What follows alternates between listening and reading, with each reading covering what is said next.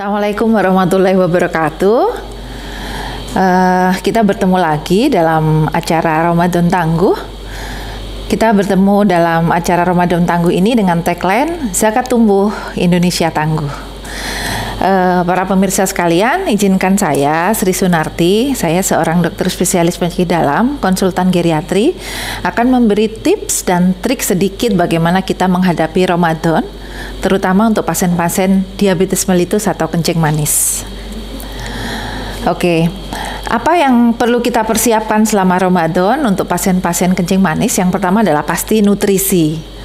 Kebutuhan nutrisi kita selama puasa, kemudian kebutuhan cairan kita selama puasa, karena pada waktu siang hari yang tadinya kita bebas minum, kemudian ada jangka waktu yang kita tidak boleh makan dan minum, mulai dari subuh sampai maghrib. Jadi concern pertama adalah bagaimana ketercukupan nutrisi dan cairan kita selama puasa. Kemudian hal yang kedua adalah bagaimana dosis obat yang diminum oleh pasien-pasien diabetes selama berpuasa. Yang ibu-ibu atau bapak-bapak dengan penyakit kencing manis yang tadinya misalkan diberikan dosis obat sehari 3 kali sesudah makan, jangan lupa karena ada satu skip makan yang kita tinggalkan pada waktu siang hari, maka hanya cukup 2 kali pada waktu sesudah makan berbuka dan sesudah sahur. Kemudian bagaimana pengaturan untuk obat-obat diabetes yang jangka panjang yang biasanya Bapak Ibu minum pagi sebelum makan, itu kita balik selama puasa ya. Jadi nanti ada banyak yang bisa kita diskusikan ya. Kemudian yang penting juga adalah pemantauan gula darah atau glukosa. Jadi yang biasa Bapak Ibu pergi rutin ke laboratorium untuk ngecek gula darah puasa dan 2 jam sesudah makan, di mana laboratorium itu bukanya pada waktu pagi hari, itu kita reschedule, kita ganti jadwalnya. Kalau untuk gula darah puasa, jangan lupa Bapak Ibu persiapannya adalah 8 jam puasa. Jadi Bapak Ibu bisa pergi ke laboratorium atau cek gula darah lewat jari sesudah 8 jam makan sahur. Itu artinya sama dengan gula darah puasa. Tetapi yang 2 jam sesudah makan, ibu-ibu bisa ngecek sendiri, bapak ibu bisa ngecek sendiri 2 jam sesudah sahur atau 2 jam sesudah berbuka. Artinya pada waktu barangkali turun sholat isya atau turun taraweh, yang tarawehnya tidak terlalu panjang begitu ya, itu adalah 2 jam sudah makan. Jadi ini masalah pengaturan saja. Kemudian yang berikutnya adalah resiko dropnya gula darah atau hipoglikemi ya. Jadi pasti Bapak Ibu sangat familiar ya untuk mengetahui tanda dan gejala kapan gula darah drop. Jadi kapan saat boleh membatalkan puasa? Yang pertama adalah jika ada tanda hipoglikemi yang kita ketahui kalau tangan gemetar ya, kok ndredeg gitu ya, kok gemeteran gitu ya, itu salah satu tanda pertama. Kemudian yang kedua, berkeringat dingin ya. Ini tidak dalam kondisi sumuk, tidak gobios gitu ya, tidak habis aktivitas kok berkeringat, awas tanda hipoglikemi. Kemudian dada berdebar ya, ndredeg ya, berdebar gitu ya, kok gak enak gitu ya, kok rasanya deg-degan gitu ya.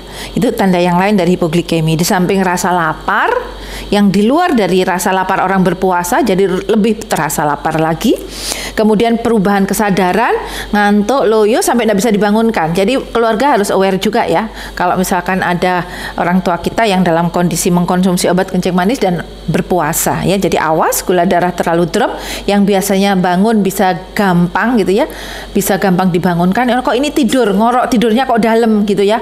Bangun sebentar, buka mata sebentar terus kok tidur, kemudian keringatnya kok gobios begitu ya, keringatnya banyak padahal dalam kondisi kita semua tidak berkeringat. Awas, itu tanda dari hipoglikemi.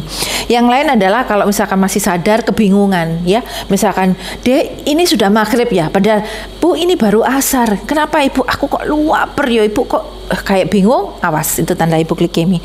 Dan bisa muncul nyeri kepala ya, jadi pusing yang sangat, itu bisa sebagai tanda gula darah yang drop. Sebaliknya, barangkali ada resiko hiperglikemi. Kapan hiperglikemi? Kalau pada waktu berpuasa ke susu gitu ya, sahur keburu terus nggak sempat minum obat. Padahal yang dipakai sahur ini adalah mungkin komponennya lebih banyak gula. Kok eman ya buat kolak tadi malam ya, ini buko Ibu masih banyak ini kolaknya. Wes tak makan untuk sahur, habis diangetin dimakan sahur. Ini gulanya, komponen gulanya tinggi, lupa nggak minum obat, mungkin hiperglikemi. Apa tandanya? Rasa haus yang hebat, kemudian lapar juga, bisa lapar juga gitu ya, kemudian sering kencing ya sering pipis, bolak-balik pipis karena gula darah yang terlalu tinggi merupakan salah satu diuresis yang poten, yang bagus. Jadi di mana gula darah tinggi, kencingnya lebih banyak.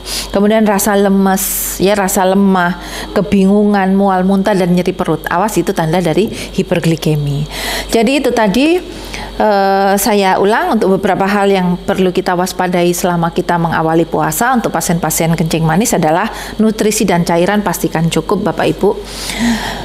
Nutrisi ini kebutuhannya hampir sama dengan pada waktu kita tidak berpuasa. Ya, jadi nanti misalkan bisa diganti dengan makan siang dengan sedikit, habis sholat raweh kita ngemil lagi untuk mencukupi kebutuhan nutrisi. Itu pada pasien-pasien yang kurus, tetapi tidak direkomendasikan menambah nutrisi, menambah zat gizi, menambah asupan untuk kita semua ada yang dalam kondisi posturnya sudah normal atau malah gemuk, ya, jadi jangan ditambah kalorinya. Kemudian pastikan minum 1,5 liter yang biasanya terbagi rata dalam siang sampai malam menjelang tidur. Tetapi ini karena kita ada jangka waktu tertentu, pastikan pada waktu takjil 1 gelas, kemudian habis buka 1 gelas, mau berangkat raweh 1 gelas, begitu ya. Kemudian nanti selama raweh ibu-ibu, bapak ibu boleh nambah bekal, atau begitu turun terawih sudah 4 gelas ya, kemudian mau tidur 1 gelas, nanti begitu bangun malam barangkali mau nambah sholat tambahan ya, sholat sunnah tambahan 1 gelas, mau sahur sesudah sahur 8 gelas.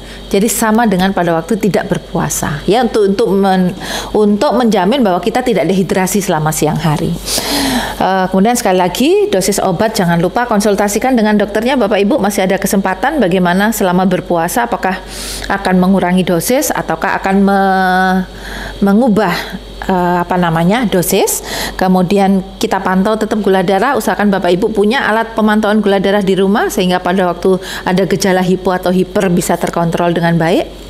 Berikutnya adalah kapan harus membatalkan puasa pada waktu kondisi-kondisi yang ada keluhan, yang dalam kondisi darurat, insya Allah itu bisa dibatalkan dengan alasan kesehatan ya, dan nanti bisa disaur di kemudian hari.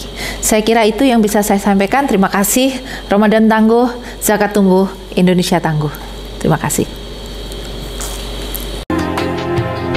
Mengalirkan cinta untuk hamba lainnya yang lebih berhak menerima,